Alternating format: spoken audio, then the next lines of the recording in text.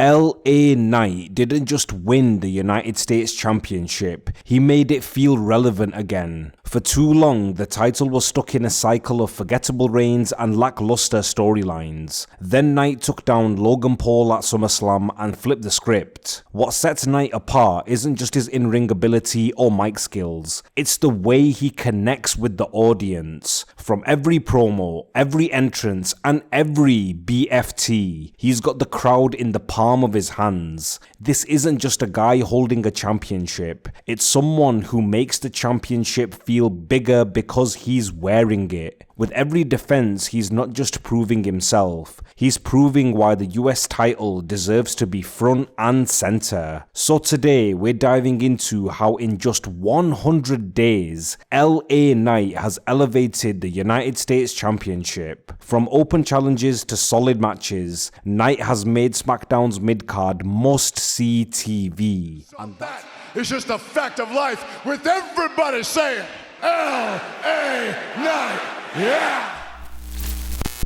Logan Paul's United States title reign was as controversial as it was frustrating. At Crown Jewel, he beat Rey Mysterio with the help of some brass knuckles, kicking off a 273-day reign with just 3 title defenses. For fans, the title felt less like a championship and more like a flashy prop for Logan's social media clout. That's where LA Knight came in, a guy who could actually bring some credibility back to the title. Knight had been one of the most overstars in WWE for months, but he always seemed stuck putting others over instead of himself. At Money in the Bank, Damian Priest took the win, and his match against Roman Reigns for the undisputed title was a foregone conclusion. Still, Knight kept himself relevant, racking up wins against The Miz and AJ Styles, proving he wasn't just a hype machine. But let's be real, winning the Slim Jim Battle Royal wasn't exactly the moment we were waiting for. Things picked up when Knight set his sights on Logan Paul.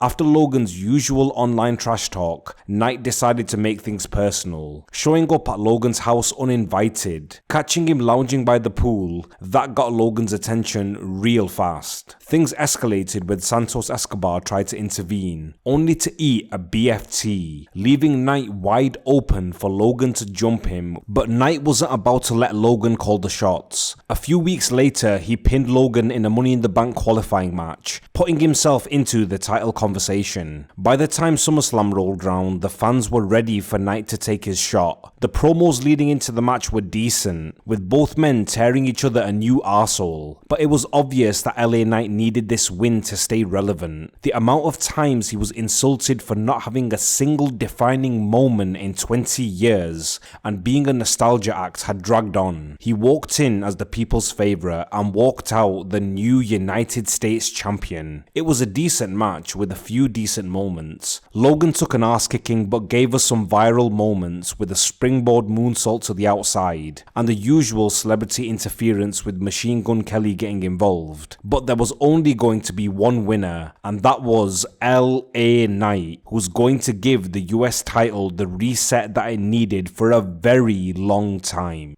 Knight's first title defense was against Santos Escobar, who rudely interrupted his celebration to mock his win and make a challenge for the gold. Knight fired back, promising to beat the brakes off Escobar, and that set up the match. Knight's promos hit all the right notes. He took jabs at Escobar, joking about his charisma or lack thereof, and declaring himself a little bit of trash mixed with a little bit of flash. The tension boiled over when Escobar's crew ambushed Knight before the match, giving Escobar an early advantage, but despite taking heavy hits, including a brutal double knee strike on the announce table, Knight rallied with a BFT and silenced Escobar to retain the title. His next challenge came the following week when Ludwig Kaiser answered an open challenge on home turf in Berlin, Germany. With the crowd behind him, Kaiser aimed to turn the US title into his own European Championship. The match highlighted Kaiser's aggressive approach, targeting Knight's shoulder. However, LA Knight shifted the momentum with a second rope elbow drop and a crushing neckbreaker, but Kaiser regained control with a Death Valley driver, but Knight delivered another BFT to secure the win. After successfully defending his title against Escobar's sneak attacks and Kaiser's hometown support, support, Knight proved he wasn't just holding the belt, he was elevating it. Each defense added credibility, showing the US title wasn't just a mid-card afterthought anymore, but a prize worth fighting for, and that it would be defended regularly. In the last few months, he's beaten Carmelo Hayes and Andrade, which eventually led to a triple threat match at Crown Jewel. The story leading into the match was anything but straightforward. Andrade and Hayes had been in a feud since July, with a series of matches on SmackDown. They became tied at 3-3 and Nick Aldis raised the stakes, with the winner of their Game 7 match to earn a shot at Knight's United States title, with Knight as the special guest referee. But obviously shenanigans took place when both men accidentally made contact with Knight during the match. So Knight took matters into his own hands and delivered a BFT to both of them and declared the match a no contest. Aldis was pissed by Knight's antics, responding by booking the triple threat match for Crown Jewel. From the second the bell rang, it was chaos. Hayes and Andrade started strong, landing a double super kick on Knight to send him out of the ring, and then immediately turned on each other. The pace was wild, with all three guys staying in the action, and none of that one guy rests outside stuff you usually see in triple threats. Every moment felt like it mattered. Andrade hit one of the cleanest moonsaults you'll ever see from the top rope. Hayes, as always, was a machine with his quick counters and sharp execution. Meanwhile, Knight held his ground with his power moves and knack for turning the tide whenever it looked like he was outnumbered. Even when Knight botched a leap to the top rope and crotched himself, they recovered so smoothly it felt intentional. The crowd was eating it up.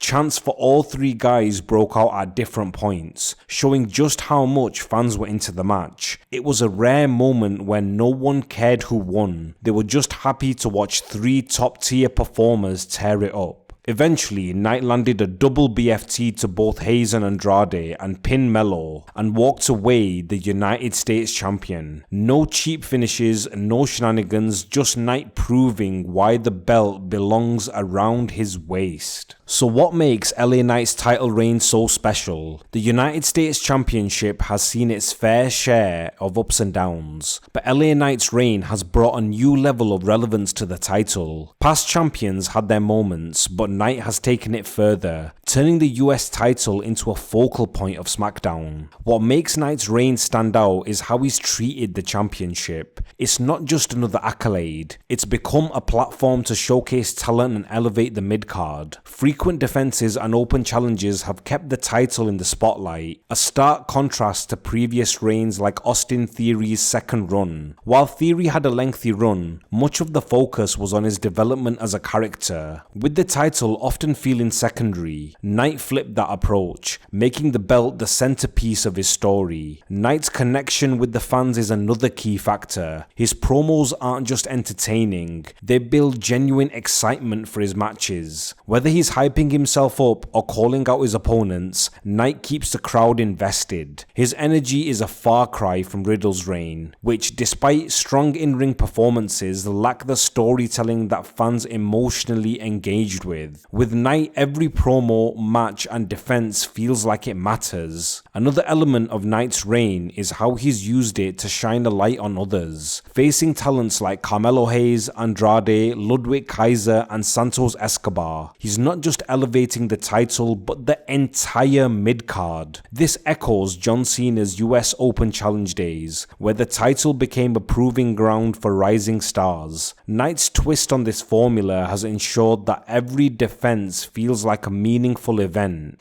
The in-ring performances back it all up. From outsmarting Escobar's sneak attacks to surviving the Crown Jewel triple threat against Hayes and Andrade, Knight has consistently delivered. These matches aren't just about retaining the title, they're about proving why the US Championship deserves to be treated as a prize worth fighting for. LA Knight's run as United States Champion isn't slowing down anytime soon, and his win at Crown Jewel only solidified that. With SmackDown heating up, all signs point to new challenges, and after being ambushed by Shinsuke Nakamura, he has a perfect competitor for the title. It's the first established name on the roster, but he's been severely underutilized. He was drafted to SmackDown and not used since. If Nakamura steps up, it's the kind of match that would deliver both in the ring and on the mic, elevating the championship even more. Knight's on a mission to keep the US title relevant, and he's been doing it by putting it front and center. His recent defenses against rising stars like Carmelo Hayes and Andrade proved his commitment to making every match count. He's not just holding the belt, he's creating moments that matter and giving fans a reason to care about the mid-card. Looking ahead, whether it's taking on big names like Shinsuke Nakamura or giving newer talent a chance to shine, Knight is shaping his reign into something special. He's not just a United States champion, he's making the title a big deal again, and that's something SmackDown desperately needed. Let me know your thoughts on what's next for LA Knight, and I'd love to hear what you think about his title reign so far in the comments. And finally, if you enjoyed this video, I'd really appreciate it if you hit a BFT to that like button and subscribe to the channel so you can stay tuned for more wrestling content right here on Wrestling Real.